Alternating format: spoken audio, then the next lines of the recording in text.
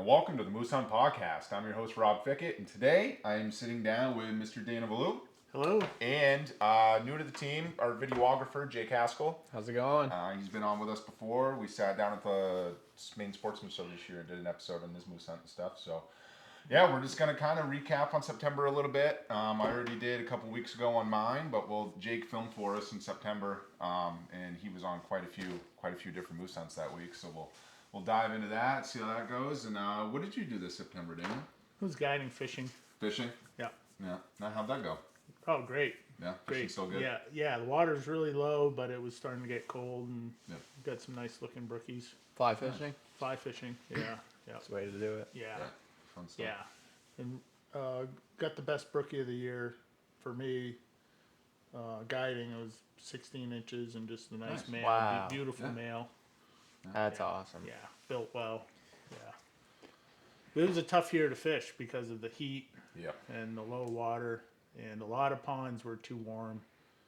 And even the spring holes were low. So overall, it was a tough summer. Yeah, I did a canoe trip down the Allagash in August. Wow. And just brought my fly rod. Yeah. But the water was low. And I did a little bit of fishing, caught some chubs. Yeah. And my girlfriend's dad, who I was with, he caught a small native brookie, just so pretty. Like really, really small, but it was beautiful colors. Yeah. The small ones eat good. There's some outstanding chub fishing on the Allagash. Yeah. Oh, yeah. Nice they big get, chubs yeah, out they there. get big. The fall fish get big. Yeah. Yeah. I mean, they're still fun to catch, especially with the fly rod, you know? Yeah. Oh, yeah. If they're taking dry flies, that's real cool. Yep, that's what it was. Yep. Yeah, they fill the gap. Yeah, right? Because And the fishing rookies slow. can be hard to find in August. Yeah. I just like catching anything. Right? Yeah. Did you Cool. do chase rapids and all that? Were you able to do the rapids, or was it too A low? little. The water was so low, the current was pretty slow. But we did 40 miles, close to 40 miles. Oh, wow. I couldn't tell you all the stops we had along the way, but we did a 5-day trip with a guide up there with my girlfriend's family, and it was a blast. Put it in at Churchill. Churchill Dam? Above that. Above that? okay. Did you finish on that? on the lake? You put in it on Was that- maybe Big Eagle.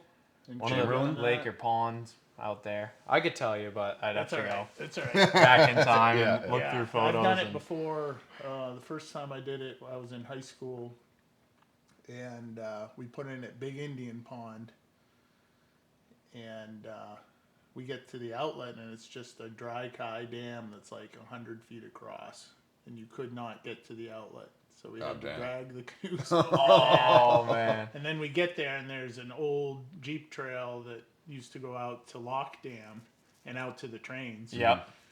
And it was, people were using that to put in. We didn't know any better than the outlet of Indian Pond, and you take that down into Big Eagle.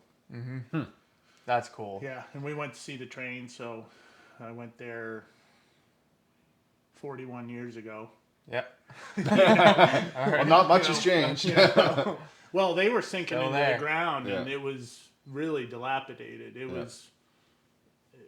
They weren't in good shape. So since then, somebody's really put a lot of effort into stabilizing them. And Seems like it. I've only ever been there on sled, so I don't That's know. how What I I got don't there. know what it looks Yeah, like yeah, in the yeah. summer or fall or whatever.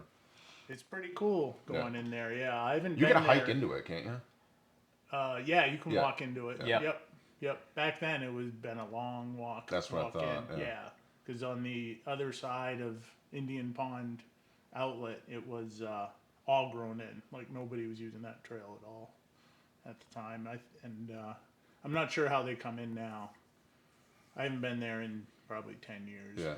But anyhow, we did that trip in like 4 or 5 days. It was too fast. It did. It does go by too fast. Yeah. But Very cool. yep. It's a good little exercise though. Yeah, for paddling sure. down the Yeah, river. we saw a lot of moose too. Yeah, Like, especially loaded across with moose. the dead water. It's like it's just long. Yeah. We got Tough up early paddles. on the lakes. We got up early. I think we did Eagle and Churchill in essentially one day. I want to say Just it was knocked it Churchill right we out. came out of, but Yeah. the pond up there. Yeah, or the and lake. then the dam at Churchill is where Chase Rapids Yes. is, and then Umsaskus is the next one down. Yep. Yeah. Yeah, there's one we couldn't cross due to the water level, so we had to pull the canoes out, Yeah. carry them around the dam there.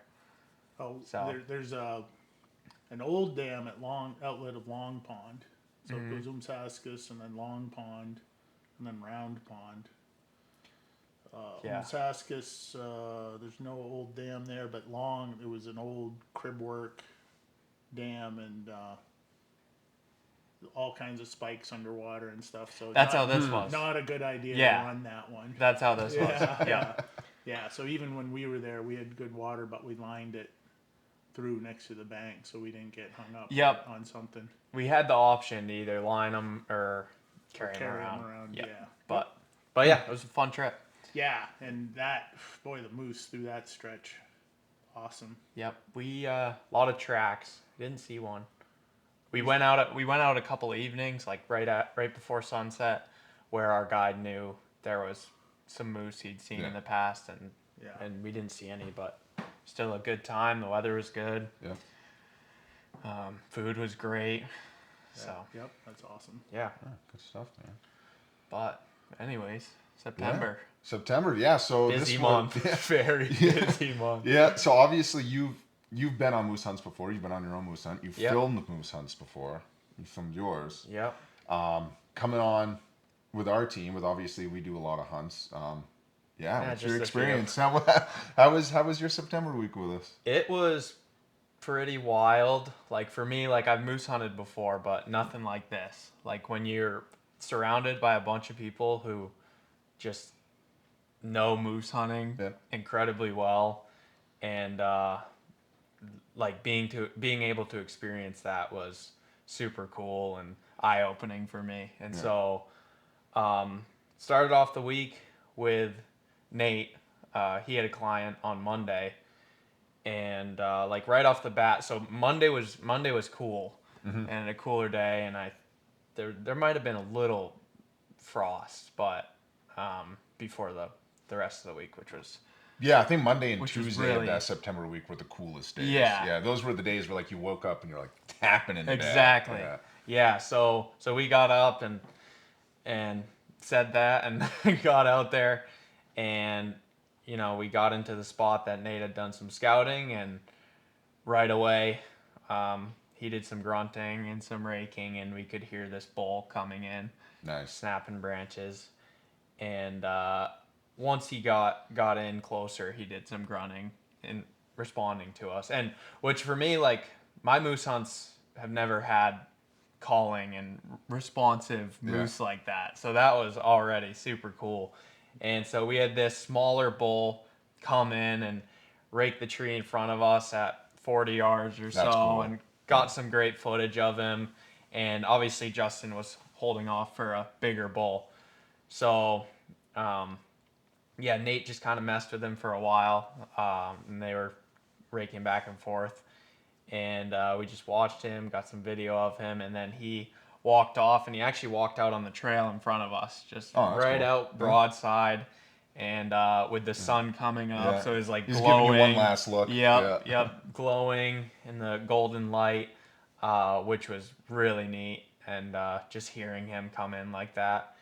And so after that, we kept going down this road that we called that bull in off of, and sure enough, we heard this cow off in the distance, and Nate knew there was a big bull in there. Yeah. So he pretty much knew that there was a bull with that cow in there. And so we started working our way in the direction we heard that cow, and he would just tickle some trees along the way, do some grunting, and that bull didn't respond, but we could hear the cow here and there. And then finally we got in his bubble.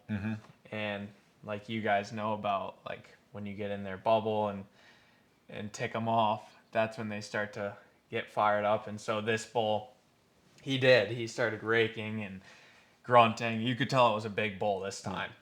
And Nate was behind some whippets and raking, and me and Justin, the client, could see the opening in front of us, and this bull stepped out once again at like, I want to say it was 40 or 50 yards, and it was a big bull.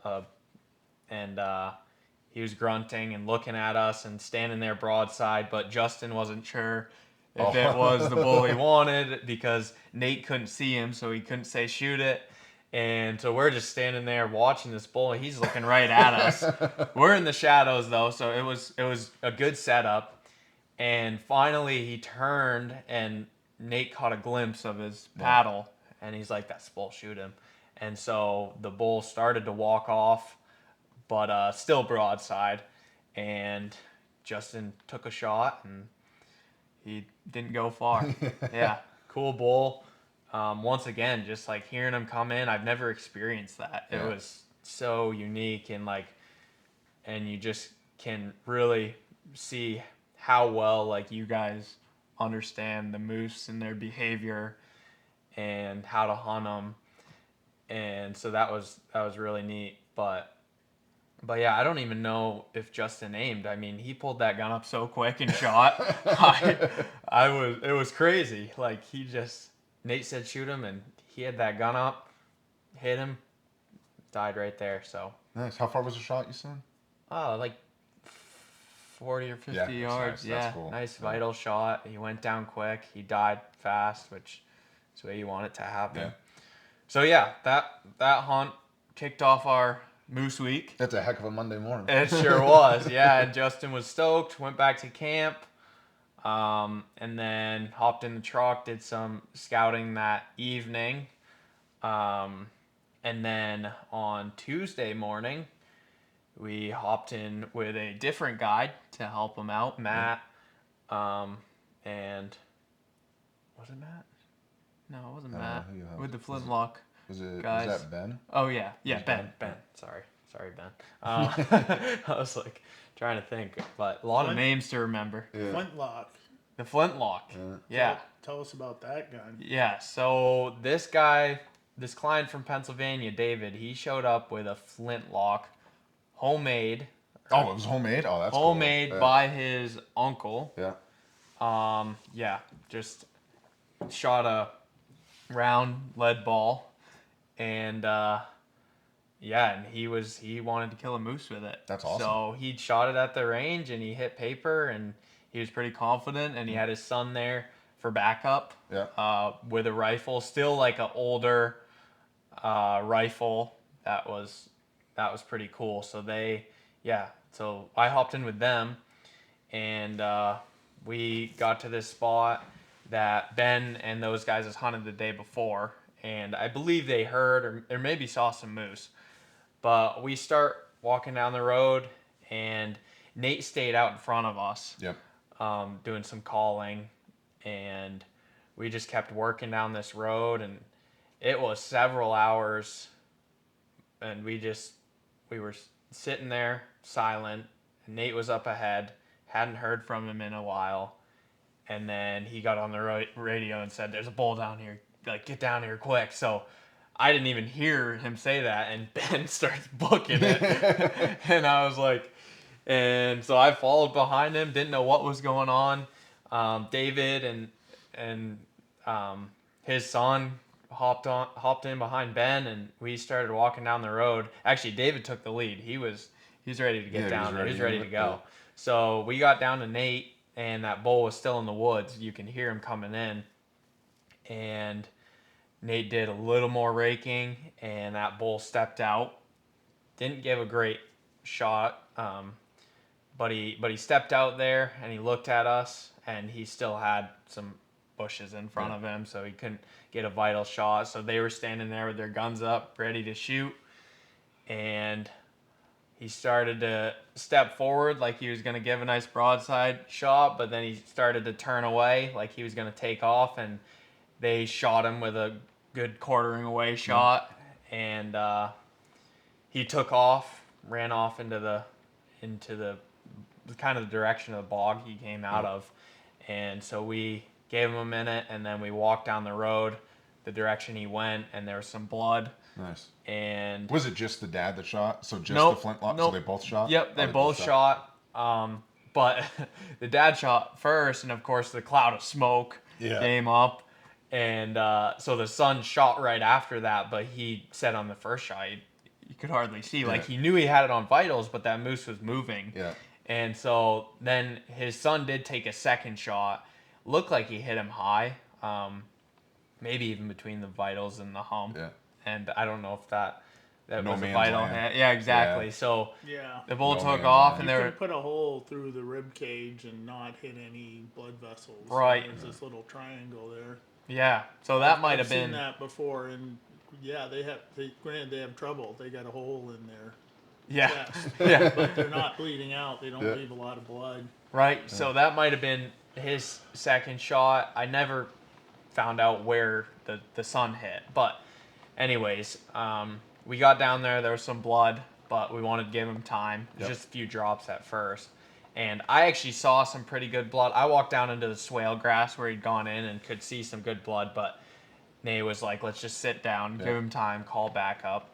And after about 20 minutes, we heard an antler like hit the tree and like he was falling. Oh, like he was falling. Yeah. He was crashing down. And I think he might have already laid down, and then that was his head collapsed. giving Yeah. that one last swing. But anyway, so we heard that, so we pretty much knew he was down right there, but we were still unsure, wanted to play it safe. Yep. So Kenny and Scott, the helper, showed up, and Kenny went in there with Scott just to make sure there wasn't a bunch of us moving through there, making a bunch of noise. And we're just standing there, and the client's obviously nervous at this point, and he's listening. He's got his hand up behind his ear like this, listening, and the anticipation was building. And then after a few minutes, Kenny whistled a little, and then he goes, "You got a dead bull?" And so obviously they were so stoked. I was. I mean, my heart was racing just waiting to hear that. And we walked in there and got some nice photos and a video of the hunt. And when they were skinning the bull, they found the ball from the flintlock. Oh, that's sweet. And it went through the vitals. And so he made a good hit on it. That's awesome. I could actually tell in the video where he hit with the ball. Oh, sweet. Yeah, Was it stuck in the I hide slowed on the it other down. side? Yep, it was stuck in the hide on the other Still side. whole? What's that? Still whole? Like Oh, still, yeah. still a ball? Yeah, Oh, I got a that's photo of it from him. Yep. And yeah, so the bull was quartering away hard, and he hit it just right. That's perfect. Right behind the ribs there, and it went, I think it went and hit a main artery and killed that bull. And Both lungs. I'm sure the other bullets from the kid helped. Yeah. So yeah. So that was a super cool hunt. So right off the bat, like first 2 days, 2 bulls down, gonna be a great week, and then the weather just switched and It got warm. got really warm. I think throughout like all of the moose hunters, it slowed down. Yep. And so Wednesday we hopped in with a new client, with the guide Ryan, and we spent the next 4 days with Andrew, the client. Hunted hard. Yep. We got some responses from moose, but they were pretty quiet. Really hot days. It was tough to stick with them. And on Saturday, we hopped in with you. Yeah, Saturday morning I had seen a bull in the middle of the road. That's right. Yeah, because we all kind of like teamed up and dispersed, and I went to like this one winter road that had a hidden cut at the end of it, and I hightailed it down there at first daylight, and I just started screaming out calls, and like 20 minutes went by, and I was like, all right, nothing. So I huffed it back down the winter road, got bit in my truck, got on the road, crested over a ridge, and boom, there's a bull standing in the middle of the road, and I was like, oh, bull, and bull, so, bull, bull, bull. Yeah, so unfortunately, the client, the guide, and I were like 15 minutes away down a pretty crappy road, and so it took us some time to get there, and the bull had worked off at that point. Our wind was bad going down into the cut. Yeah, it was blowing right down. The bull went into, so that didn't work out. But then that afternoon, you got the bull on camera. Yeah.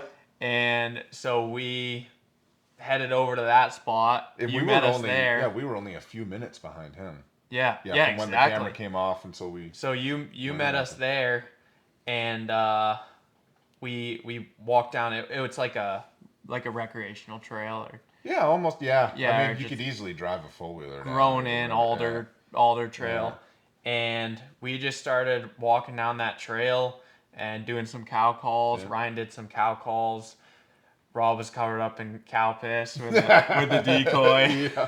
Yeah. And we got about, it had to have been almost 2 miles down there, right? Yeah, it was a good haul. Yeah, we were almost to the end, because the road that we were walking down on, it almost got down to the end where it turns into like a beaver flowage at the end. So that's where the bull that's was. That's where the camera was. Yeah. Yeah. And in theory, you can go across that, but that's kind of like where it ends. Yeah. Yeah, we got almost to there. So yeah, it was probably a mile and a half. Yeah, so we got down there, and actually Andrew, the client, heard the bull grunt, and he stopped all of us. He's like, guys, I heard something. And sure enough, that bull was right there. He had to have been following us down the trail. Yeah, because as we were going down the road, we kept thinking we were hearing something, but it was so windy. Right. And the winds were just swirling. wind was That's awful. why I covered myself in cow piss.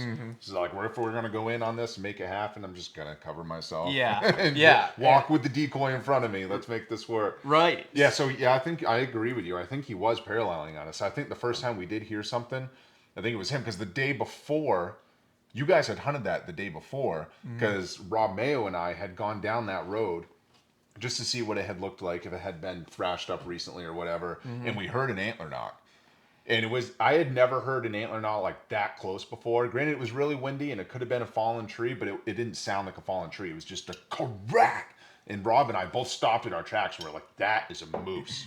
And we told you guys, and you guys went in there. So it's just funny, the next day, boom, there was a bull there. Yeah. So we're like, yeah, that was most likely a moose the day before. Yeah, so this bull came right in, but it was super thick. And I caught a glimpse of him, but you could hardly see him. And he was probably within 30 yards of us, behind, you couldn't even see him, behind a bunch of thick cover. And of course he winded us because the wind was swirling. Yeah, he finally did come out into he was stood there for a long time, and I think I put Ryan in across the road in the woods to get him to call in to see if he can get him to come across the road, and he finally did, but he circled up and came in downwind. So he came in right by us, and then he caught our wind, and then he ran parallel to the road and stepped out at probably over 100 yards. Yeah, probably 100 yards. And the client couldn't get his scope on him, and I'm going, and we're he's both right like, there. he's right there. Rob's I like, don't the black see it. thing. He's like, it's a shadow. We're like, no, that's a moose. Yeah. He's standing in the middle of the road. But it's so hard in those high pressure moments. Like he just had seconds to pull it off. Yeah. And like I told Rob, like we have eyes for moose. Like we know what to look for. But I think you've had experiences like that before. Yeah, it was his first time. Right there. Yeah, it was his first time hunting moose. So like, and that was probably his first time pulling his gun up on one. Yeah, so trying to find it in the scope, I could see how it could look like. So this is Saturday afternoon. And after like that, at noon, I think it was. We were on that bull within an hour. I think. Yeah, it was warm, but it was windy, so that kind of helped with the temperature. And then that evening, it was the end of the week, and so Ryan picked a spot to set up that evening in a big clear cut, and we put out the decoy and just did some calling for a while. And right before dark, we had another guide up on the road above us, and he heard. So this is actually a funny story. He thought he heard moose down in the valley. It was actually Ryan. Yeah. He thought he heard a cow, but then he heard the branches breaking and the raking from a bull. So he thought there were two moose messing around down in the valley, but it was actually Ryan calling, and then he heard that bull coming in, which we couldn't hear yet. Yeah. So Eric Childs was the guide up there, and he gets on the radio and he's like, Ryan, you got to get to the road. Like it was almost dark. Yeah. He's like, you've got moose coming in, and so Ryan's like gets up and takes Andrew, and I followed them, and we head towards the road, we weren't far off the road in this cut, and sure enough, we get just above this valley, and there's a bull right there raking. Like, so he was coming into you. He was listening coming to you. in, and just never stepped out on the road. He was right there. We could see the trees moving, and it sounded like a good bull. And he was making a ton of noise, and in the valley there, it echoes, and especially in the evening. Yeah. And they're like, Ryan's over there like snapping branches, just like everything to get this bull to step out, but he was wise and didn't. But Andrew was just, he was so optimistic the entire week. Such a great client, awesome so hunter. positive, had a great attitude, and even after Saturday's hunt, he was still thrilled with the experience. Yeah. So that was super cool. Like, I feel like clients like that, staying positive really helps.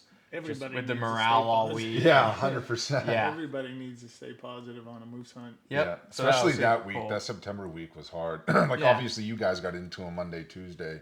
Yeah. But just the rest of the week was so hard. They Yeah. just weren't that responsive. And I mean, if you look at just Maine as a whole with moose hunting in September, it was a really tough season.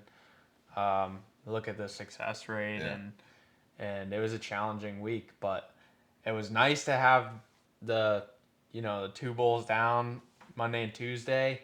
But it's tough to go from that and then have a slower rest of the week. But it made sense because of the weather and everything switched. But super fun week. Learned a lot about moose hunting and just the sounds they make. And say, didn't you? What You to guys do. went out and slept the night in the truck listening. Oh yeah, I forgot that part. Yeah. So Andrew, well actually, so I hopped in with Nate one evening, during Andrew's hunt because we were gonna go scout that evening, and Andrew actually wanted to hop in with us. We were gonna go spend the night in the truck out there, and Andrew's like, I want to get in on this. So Andrew, the client, hopped in with Nate and I, and we actually spent the night by one of the spots we were gonna hunt in the morning, and we got on a bull the next morning, and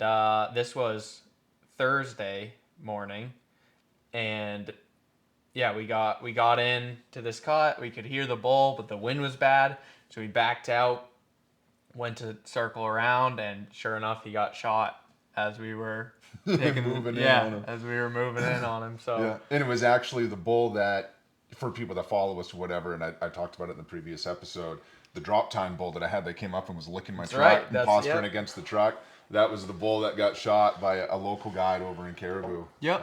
And so we pretty funny. So we were driving up the road, and I was in the bed of the truck.